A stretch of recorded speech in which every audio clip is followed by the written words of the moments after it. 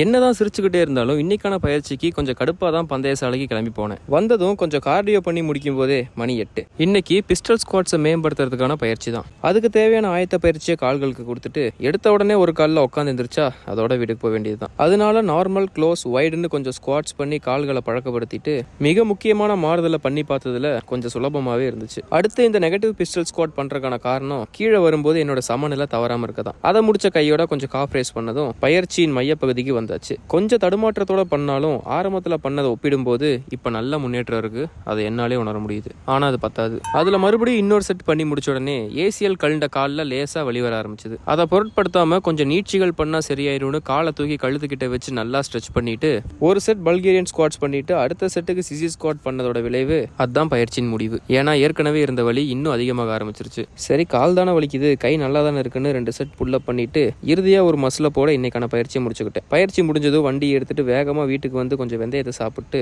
நல்லபடியா மட்டையாயிட்டேன்.